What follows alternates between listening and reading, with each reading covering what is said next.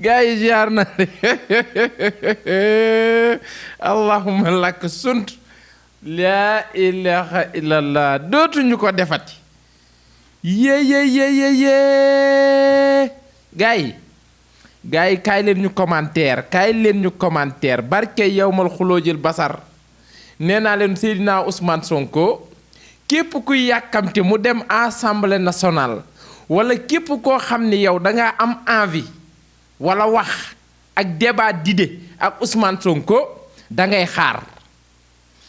yee allahu akbar gars yi bala ma wax dara nag démb def naa vidéo gars yu bari wala tey ci suba sax laay wax gars yu bari ni ma xëri Dara National waaw day ñëw Dara National day ñëw ma def sama vidéo publier gars yi ni ma da ngay nuroog président Guinée bi nu mu tudd sax fàtte naa tur bi de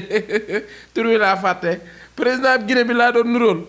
tey nag kon dinaa mel ni pilote avion tey kon dinaa mel ni pilote avion seen kaw na ngeen def coono attachez vos ceintures immédiatement gars yi l'avion va décoller d'ici quelques secondes Seydina Ousmane Sonko mu sell mi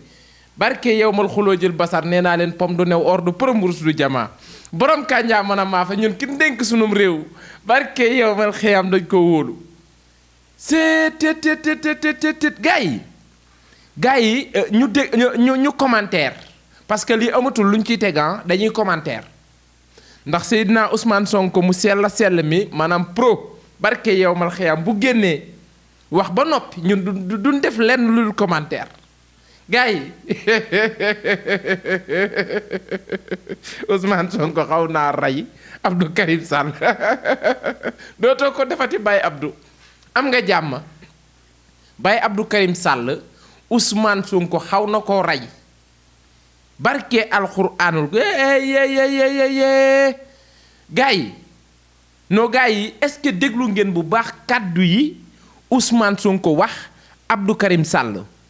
attachez vos ceintures immédiatement barke yawmal xiyam l'avion va décoller maanaam commentaire man awma lu ma ciy teg maanaam j'ai pas les mots barke yawmal xiyam j'ai pas les mots maanaam bu fekkee maanaam sunum réew kin ko dénk sunum réew kin ko jox vraiment damay delluwaat encore une fois naan sénégalais bu ñu yàkkamti toq daa gën yuréet barke yawmal xiyam Ousmane Sonko dafa yëkkati kàddu yu am solo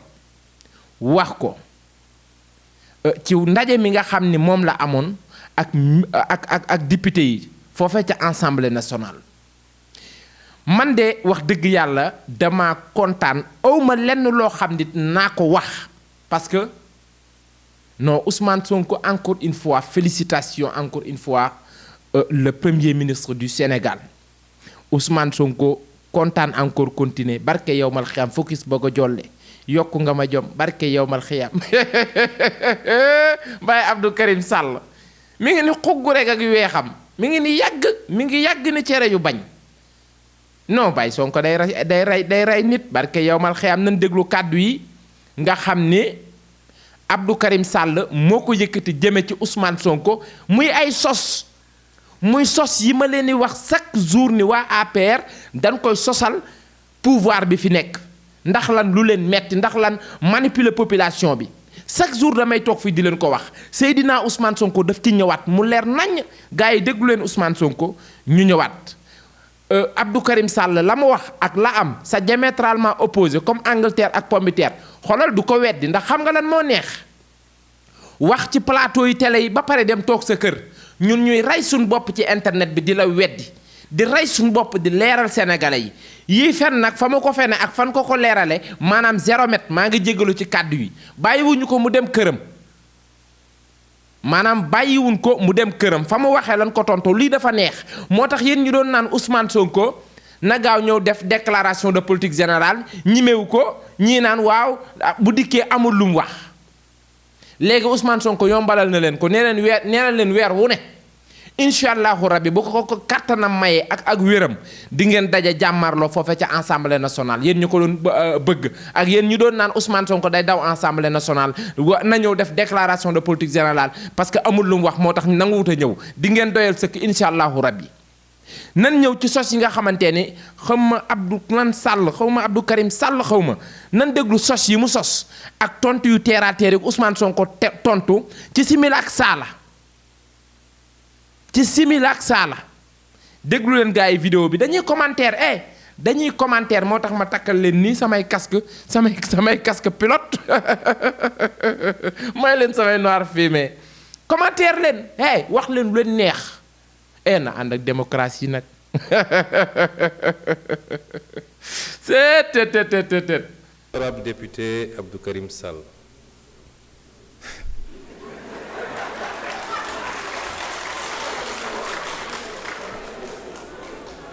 xam nga da nga door sa kàddu ci anam yoo xam ne ku ko dégg ne bésu àjjuma bi de waa ji xam naa moo jiite jumaam mbaaw loolu nag dafa safaanoo loolu ak li nga wax muy ay contre vérité moo barke Rasulullaay bëgguma ko waxee te yàlla billaay wallaay defe naa kilifa gu toll ni yow bu taxawee di wax te musul am dégg na wax dëgg barke Rasulullaay day fen yow nee nga juróom benn soldat daan nañu Casamance ci fan yi amut waxoo lu am tey benn soldat daanuwul Casamance Facebook ngeen di toog ñu bind ngeen jël yóbbu benn soldat daanuwul Casamance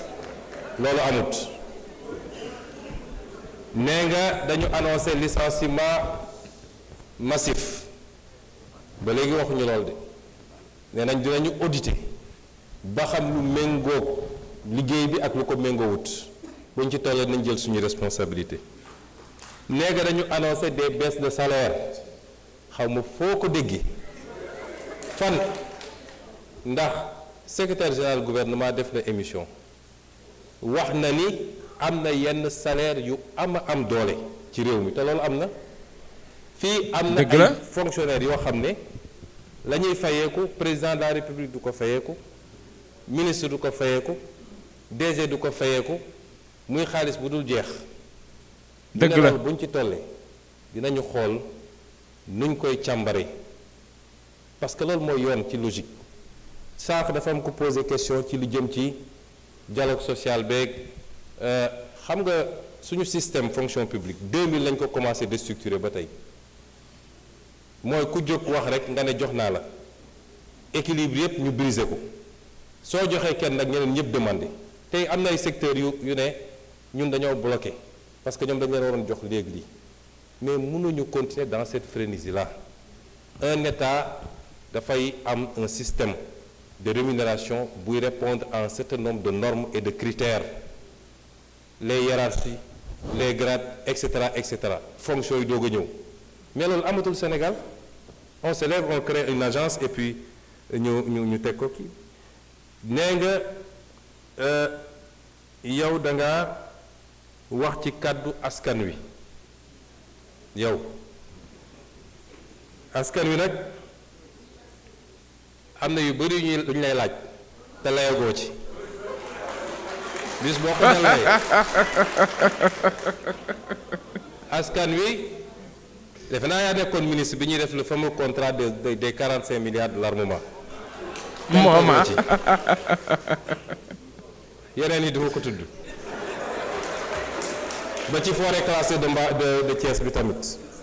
sunu kéwal yi mënu leen tey crédible ni da ngeen di défendre askan bi ndax yéen a suuxatal réew mi ba mu ne tot yéen billaay wallaay su leen yéeg askan wi vous vous êtes enrichi ñoom xam nañ ñi tax ñu daw ñu ci bëri ñëwuñu bu ñu paree dem ci média di lappi yéen vous ne pouvez pas parler au nom c'est-à-dire li ñuy def nii ñépp mën nañoo wax ba mu des yéen day billaay wallaay wal kitaab dëgg la taxaw fii auzu billahi mina sheytaan rajim askan wi neen assemblée sax moo la may loolu. ensuite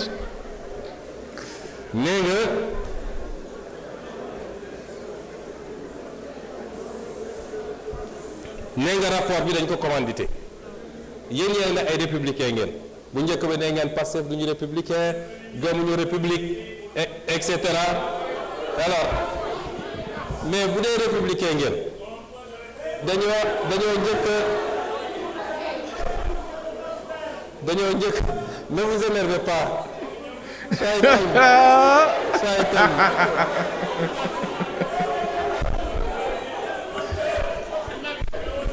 Monsieur Sall, vous n'avez pas la parole. Bien joué, bien joué. Bien joué, El Malick Ndiaye. Vous sortez. Bien joué, El Malick Ndiaye. Bien joué. Bien joué. lii mooy Assemblée nationale. Je demande à la gendarmerie de vous évacuer. ñu génn ko ci biti. bien ça. gars yi vraiment Sénégal mi ngi doog a nekk Sénégal. xuloo bi xeex bi biir Assemblée nationale saagantey ndey sànnentey xeer jeex na a faaxe barke yowmal xiyam gars yi Ousmane Sonko amul moroom encore une fois gis nga kuy wax ci ginnaawam ngay wax mais bu Ousmane Sonko ne salaamaaleykum ngeen toog face à face di nga xam lim lay wax mooy lan man li ma gën a neex ci Baye Abdou Karim Sall mii maanaam kàddu yu ma gën a neex Ousmane Sonko yëkkati ko jëme ko ci Abdou Karim Sall mooy sunu kéwal yi fàttewuñ ko Abdou Karim Sall mii moo fi dibi woon sunu ay kéwal duñ ko fàtte maanaam li ñépp bokk Ousmane Sonko ñëw na ci loolu fi la ñu fekk voilà bi nga fiy dibi sunu ay kéwal fi la ñu fekk alal joo xam ne ci parc bi la ne voilà muy alalu askan wépp yow saa yu la neexee dem dagg ab pooj dibi yépp fi la ñu fekk kon Ousmane Sonko li nga xam ni nee naa leen Seydina Ousmane Sonko képp kuy wax ci ginnaawam ngay wax gars yi pareeguma de débat bi jeexagul de maanaam ñi nga xam ne ñoo nekk ci réew mi simila ak saala benn kàddu la ñu am gouvernement ba mu fi toog ak léegi liggéeyul dara def fi dara Ousmane Sonko dikk na ci gouvernement bii fi nekk tey bu ko neexoon def ni ngeen def mais duñu ci fekk ñun compté wuñu ay mandat li ñu intéressé mooy sunu mandat bi ñu nekk moom la ñu xam ñu régler réew mi bam ni cocc bu ñu demee élection ëllëg ak si biir lu ñu yàlla may ñu jël gars yi déglu leen extrait boobu nee naa leen Seydina Ousmane Sonko képp kuy wax ci ginnaawam ngay wax ak toog ci plateau télé di wax na leen ko gars yi ñoo avancé ngeen déglu sama deuxième épisode ñu ñëwaat. laaj leen des résultats tout de suite ce que vous n'avez pas été capable de faire en 12 ans et vous dites aux populations en 10 mois réclamer des résultats,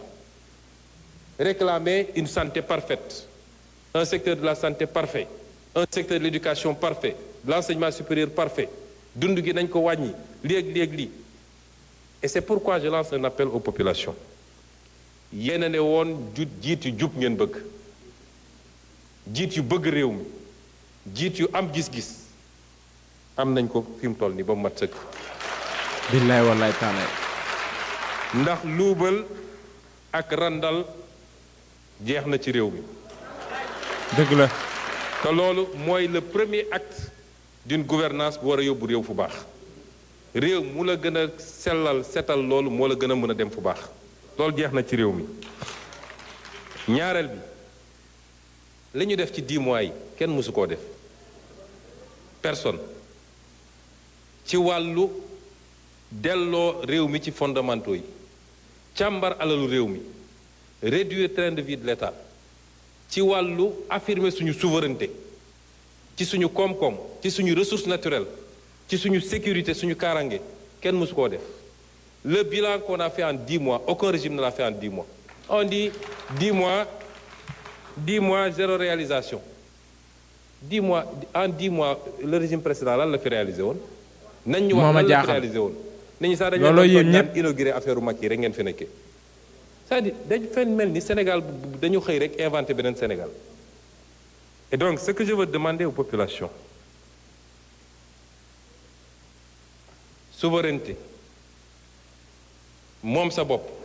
développement dafa laaj ay sacrifice yooyu ñun jiital nañ suñu bopp ñun ñi yor nguur gi ñu ciy woo nag bépp sénégalais ak bépp sénégalaise ñu xam ni situation bi nu mu munti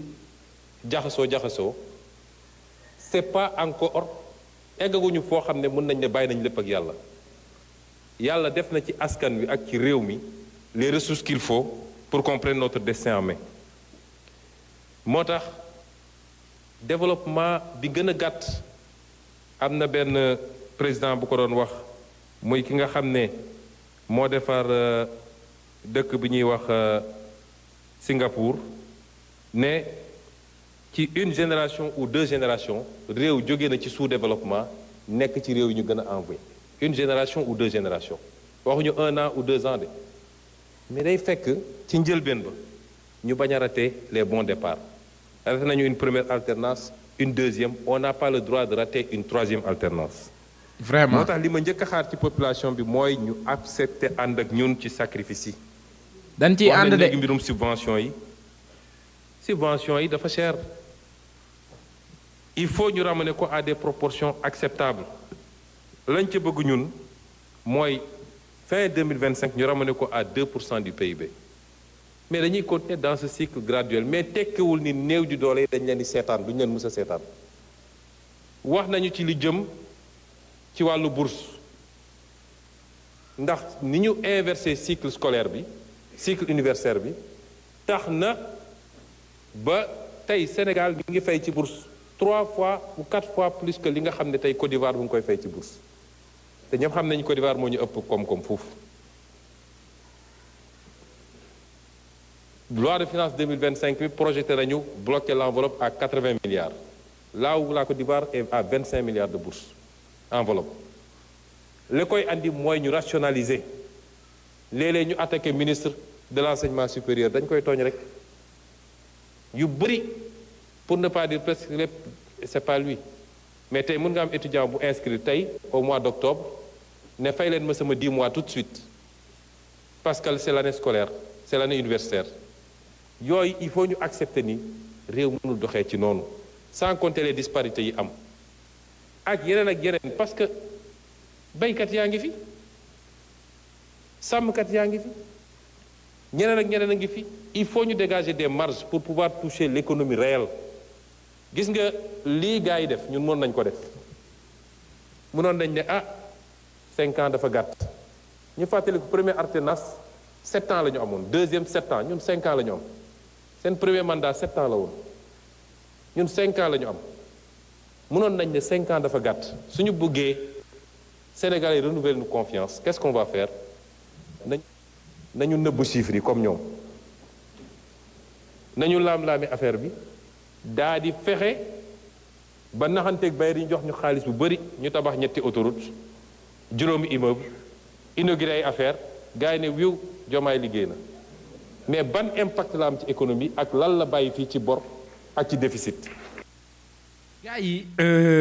foofu laa yemalee vidéo bi mu doon ay kàddu yu leer yoo xam ni Seydina Ousmane Sonko yëkkati na ko foofee ca Assemblée nationale maanaam gis nga ay kàddum yu mujjul leen Seydina Ousmane Sonko wax gis nga bu ñu neexoon def ni yéen dafa yomb gis nga dafa yomb nga yor état dafa yomb nga yor état yor doole yépp yor alal maanaam di samp rek di inaugurer di teg di leb di samp di inaugurer di teg bàyyi fa ay bor yoo xam ni ba ilaa yow mi diini Sénégal du ko fay dafa yomb Seydina Ousmane Sonko li mu leen bëgg a xamal mooy état bii ak état ba woon c'est diamétralement opposé bokkul ni ngeen doon maanaam duñu référencier wu ci yéen Ablaye Wade dafa ñëw jàngal Macky Sall politique Macky Sall di ko gën a yées Ablaye Wade di politique bu gën a yées politique gu Ablaye Wade di liggéeyin bu gën a yées liggéeyu Ablaye Wade kii nag bi mu dikkee wuutu ñi ci pouvoir bi royu leen ci dara yoonu boppam la jël te yoon wi mu jël mooy yoon bu baax bi amul lu may teg ci kàddu yi Seydina Ousmane Sonko di yëkkati juste rek ay commentaire la amul luñ ciy teg Sénégal encore une fois ñu xamal leen ni réew mi mi ngi doog a tege ci ay loxo xaw ma xam ngeen ko xaw ma xamu leen ko gis nga réew mi moment bi ñu toll ñun ñëpp dañoo d'accord ni réew mi dafa dëgër ñun ñëpp d'accord nañ ko ñun ñëpp d'accord nañ ni peut-être dafa dëgër gi kat dafa dëgër gi man exactement xaw ma lan moo dëgër xaw ma du dëgër mais nag comme population bi dañ naan réew mi dafa dëgër kon dañuy ñëw ànd ak yéen ci réew mi dafa dëgër mais nag ñi daan fayeeku ñi ngi fayeeku ñi daan liggéey weer dee ñëwoon naa ci dama ciy ñëwaat ñi ngi liggéey di fayeeku ñi daan yëngu ba tey lan daan am dara jëgu ca ña ngi koy am kon réew mi dëgër na xëy na construction yi commencé gul yenn liggéey yu bare di xaar état commencé gu ko mais duñ songu ay liggéey di lebi xaalis ca àll ba te sunum xaalis nekk fii ci sunum réew ay nit sàcc ko gas am kan suul ko ca déedéet duñ ko nangu moo tax El Malick Ndiaye ay kàddu ngi mujj wax na ko instant bii xam nga ci lu gaa yi ne Baye Macky na ñëw Baye Macky Sall daa war a ñëw réew mi du dem centimètre te Macky ñëwul waa APR pour ngeen xam loolu te ngeen noq ko partager vidéo bii kàddu yu Baye Sonko noq leen ko partager ci faire pele maanaam Sénégal du bouger centimètre te Macky Sall ñëwul voilà état bi nag moom nan doxal mais Macky faaw mu ñëw duñ fi jógee di lebi ab xaalis te sunub xaalis nekk seeni poos duñ ko def voilà mi ngi noonu gaay yi man maa ngi wax dëgg yàlla man d'accord naa ni Sénégal mi ngi doog a am président d'accord naa ni Sénégal mi ngi doog a am njiitu réew bu bëgg a defar réew mi te yàlla képp tax ñii dañoo pare pour defar réew mi sans autant que ay bor nekk seen ndodd mii lu bari sénégalais dañ koo umpale lu bari sénégalais dañ koo umpale lu bari sénégalais dañ koo umpale moo tax ñuy dugg ci yenn débat yi moo tax gis nga politique day tollu moment boo xamante ni gars yi gis nga politique dafa metti quoi toog di wax nii dafa metti quoi toog di wax dafa metti dafa am loo xam ni dafa tënk Sénégal am loo xamante ni ñun Sénégal looloo ñu tee dem muy ku fi toog ku ne rek sa bopp ngay toogal looloo fi jóge ñun loolu bu fi jógee xolal bu fi yemoon sax neex na yàlla xam na ne bu fekkee ku fi toog liggéeyal ñu réew mi nga toog liggéeyal ñu réew mi moo ñu gënal nga toog tabax fukki waaye moo ñu gënal nga tabax réew mépp te sàcc sunu alal dem gënaluñu waaye bu ngeen xoolee Macky Sall li mu fi leb defu ko ci réew mi li muy leb bu fekkoon ci réew mi la koy def kon foofu gongo mais Macky Sall li muy leb defu ko ci réew mi li muy leb da koo deful ci réew mi lim leb lépp bu doon da koo def ci réew mi kon amul kenn ku koy wax dara amul lu ko nit di wax mais li muy leb la deful ci réew mi dañ daan leb séddoo looloo fi jeex ku corriger yaa xam Sonko côté boobu la fi nga ko jàpp foofu la nay métti rek nay saf di koroñol la ñun yooyu lañ bëgg nay saf di koroñol la nan muñ ñun mën nanoo muñ amul problème mise à jour réew mi nan muñ nga mise à jour réew mi ci faire pele Baye Sonko barke yow ma man nañoo muñ de dinañ muñ Baye Sonko nga mise à jour réew mi man da jël naa samay engagement ku jël say engagement fii seen muñ ni man jël ko bientôt ba fii fan yu néew Assemblée nationale den fa delluwaat wala day accord yoo xamante ni daanaka mooy tax Macky Sall la ñëw ci réew mi day leer Macky di nga ñëw bay Macky xaw ma foo mën a ne waaye vidéo yi boo ko seetaan na ko noq partage ñëwal ñu waxtaan maa rek coono dan laa soxla voilà réew maa ngi noonu yéen a ngi noonu Baye Sonko ngi noonu la science élevée barke yow mal xiyam